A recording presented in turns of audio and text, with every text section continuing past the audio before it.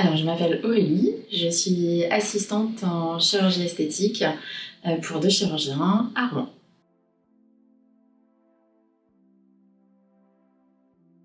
Nous sommes formés en fait les assistantes en chirurgie esthétique. On a des actes maintenant qui sont délégables, donc c'est assez encadré. Des collègues aussi qui sont infirmières, donc qui ont des actes réservés en fait aux infirmières. Moi, je ne le suis pas. Donc je peux préparer les gens pour les injections, donc avant, des maquillages, installation.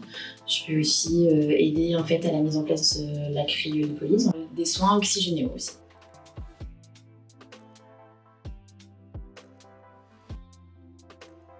Ce poste-là, en fait, n'est pas forcément accessible à des gens qui sont formés pour être assistante ou secrétaire médicale. Moi, j'ai une formation à la base qui n'a rien à voir.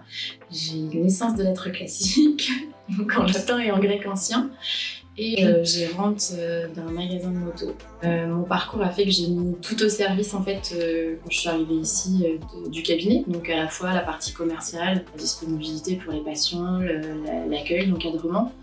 Et donc c'est ce qui a fait que j'ai été recrutée en comparaison avec d'autres personnes qui avaient d'autres profils. J'avais un profil un peu atypique. Le docteur Liévin à la base en fait créé donc son cabinet, avait besoin de quelqu'un qui soit à la fois autonome en fait et qui prenne en charge une partie en fait de l'administratif et des papiers, des documents. Et donc ça a été une bonne association. Voilà.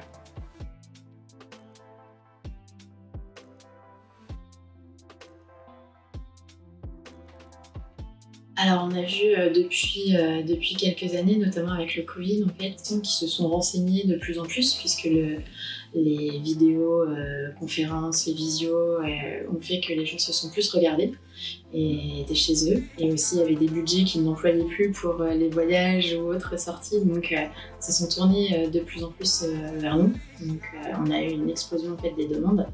Le fait d'avoir maintenant beaucoup d'émissions, les réseaux sociaux aussi sur la chirurgie esthétique qui démocratisent en fait toute cette partie-là de choses alors qu'on faisait parfois un petit peu discrètement sans toutefois le dire. Maintenant c'est un petit peu plus naturel d'aller chez son chirurgien demander des injections, des renseignements sur le rajeunissement et sur d'autres chirurgies. En fait on s'aperçoit que les gens ont envie d'être en accord avec leur moi intérieur.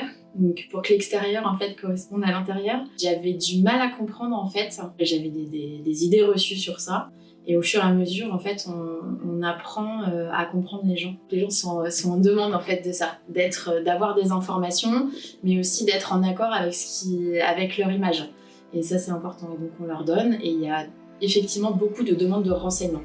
Donc tous les gens ne passent pas à la chirurgie et aux injections.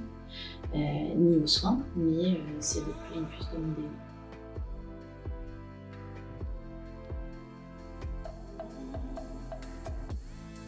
Moi, à mon niveau, en tant qu'assistante, c'est plutôt quand en fait il y a une question, il y a une problématique, ou il y a quelque chose en fait à faire évoluer ou à changer.